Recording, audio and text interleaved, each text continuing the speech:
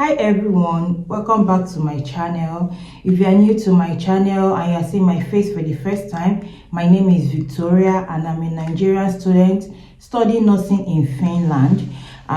In my second year of nursing.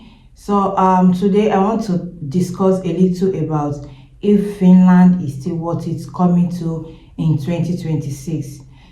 So I will start by saying that answer is like individual on individuals like opinion, perspective, like what you want. So you will get to hear my own answer at the end of the video. So first of all, we are going to talk about like three major things that you have to consider, like you have to put into consideration when planning, or if maybe for the future planning to come to Finland, to relocate to Finland. So number one is the rules pertaining PR, which is permanent residency, and citizenship. You have to consider that. Number two is the challenges that are currently going on now, which I will just say the major one, which is unemployment. You know, there are other challenges, but unemployment is like the major one. And the third one is the language. So I will go into this like one after the other. So like I said, the first one is about the rules. Like in the year 2025, so many rules have changed in Finland pertaining obtaining the requirement for the permanent residency and citizenships. And the new rules for permanent residency, it has come into play this January 8th. Then for the citizenship, that one has already come into play since last year, I think October. So you have to check out these rules. Because I don't want this video to be long, I will just like talk briefly about it. Then later I will do a full video on it, on the rules that have changed. So for the rules that have changed for permanent residency, before when you have used like 4 years in Finland, you can apply for your PR, but now you have to use 6 years before you can apply for the PR. Though there are still some ways that you can shorten the years, like make it 4 years or 5 years, by studying in Finland, studying a bachelor degree or masters, or by the amount you earn annually, which is 40,000, from 40,000 euros upward. If you also study in vocational school, and then if you have worked for 3 years, there are so many like categories for this new law, the new rules for the permanent residency. So I'll put a link down where you can like go through it and understand better. But the main thing is that before it was required that you use 4 years in Finland before you can become a PR, but now it has changed to 6 years. And for the citizenship, before it was 5 years, now it has changed to 8 years, which also you can still use 5 years and become a citizen, but you have to like meet some criteria concerning work and every other thing. And you have to understand that before you can apply to become a PR or a citizenship, or a citizen rather, you can't do it on your, like if you come in with study visa, you must be on work visa or maybe family based visa. So like I said, I will do a full video on that. Now that's for the first challenge. So consider that, check it out, you know, weigh your options concerning that. Do you have the years, like okay, what is actually your goal? Is it the PR that you are pursuing or citizen? So what do you have the years, like do you have the time, let me put it that way, do you have the time to like go through all the years before you can attain that PR or becoming a citizen?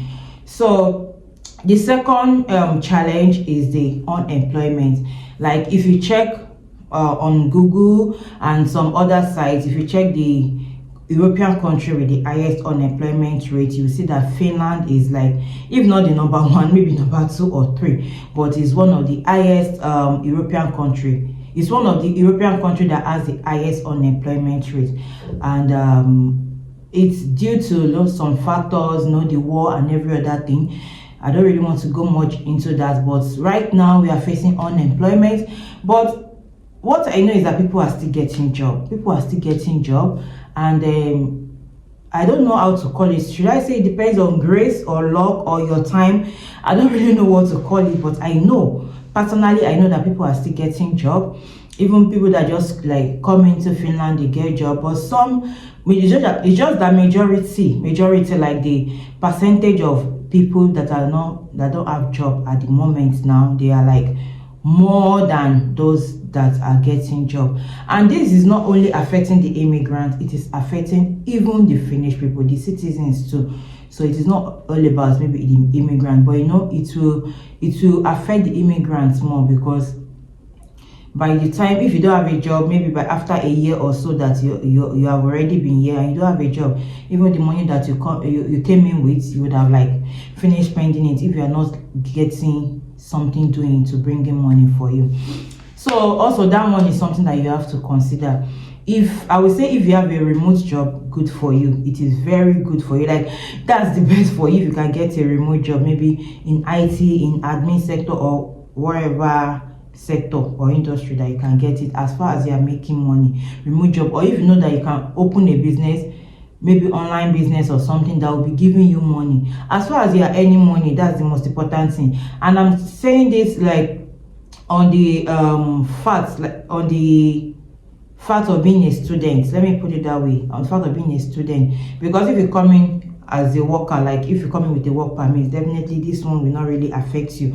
But if you are coming in as a student, you have to think about how you can like sustain yourself. And this is not even about coming with 1 year living expenses again. How will you pay your next school fees? You have to also think about that. How will you pay your next school fees if you have not gotten anything doing in that first year? And also, how will you be able to sustain what you are bringing in? Because when you bring in the money and a year you don't have anything doing, how are you going to sustain yourself? How are you going to pay your school fees and every other thing? So that one is also something to put into consideration and plan very well towards it. And the third challenge is the language. Now, this language, it differs depending on individuals. Some, we learn at different pace. So some learn faster and some learn at a slower pace. So if you're able to start learning the language even before you apply, at least it will make you to know, like have an idea what you're coming to face. You know how the language is, you know how difficult it is, you know how to prepare yourself mentally ahead. Because I will really say this language is more of mental stuff, because if you start learning it, you start learning the basic, and by the time you enter the main, you understand, you are moving from the basic to the higher level of basic, you will know that the language is difficult. But I will say, because I've read some other European countries, like some exchange students that came, that they are speaking their language. I don't know how to put it, but for me, I'm thinking this Finnish language is still kind of, it's difficult here, but it's still kind of easy, like easier to some other European language. Because for a German language, for example, now, I don't even always hear what they are saying. Okay, maybe because I'm already learning Finnish, maybe, but even as like a beginner of it, or someone that has not even learned Finnish at all, if I should hear a German language, it's like, I don't know, it's like they are talking too fast. Like I can't even like pick a word. And it's not only German language, I think there are other European languages too that maybe I can't really like point it that this is the particular country, but it will be as if it's fast. I know that even the native here, when they speak their own Finnish language, so they are kind of fast. But I've been able to like pick 1 word, 2, 3, so to be able to understand what they are saying. But in all, what I'm trying to say is that the language is very challenging, and you really need to prepare yourself for it mentally. Like, you need to prepare yourself for it. Go start learning it now, so you know how difficult, you know how to navigate your way. And if you can navigate your way, I promise you, getting a job will be much more easier. It's not like it will be easy, because like I said, even the citizens, they are even finding it difficult to get a job. But at least it will be much more easier for you. You have an edge more than someone that does not even like pick the language. Even if it is a moi, a ketos, all those like simple basic words, learn it. It will really take you far. It will go a long way. So those are the 3 basic challenges for me, like major challenges, which I have like put everything under all the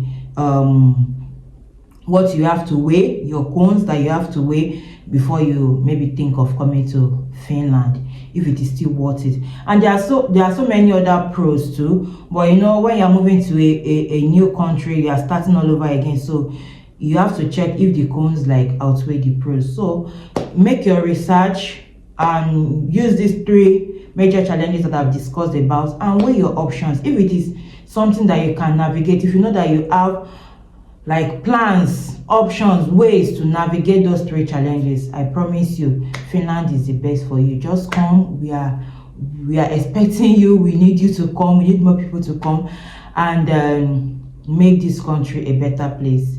I promise you, though, when you be hearing so many things, negative, positive things, I'm not promising you that this place is heaven on earth, but if you know that you can navigate these 3 challenges, you should be good.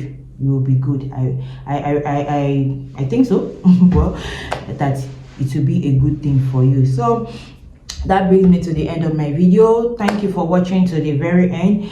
Please share, like, and subscribe, and I will see you in my next video. Bye.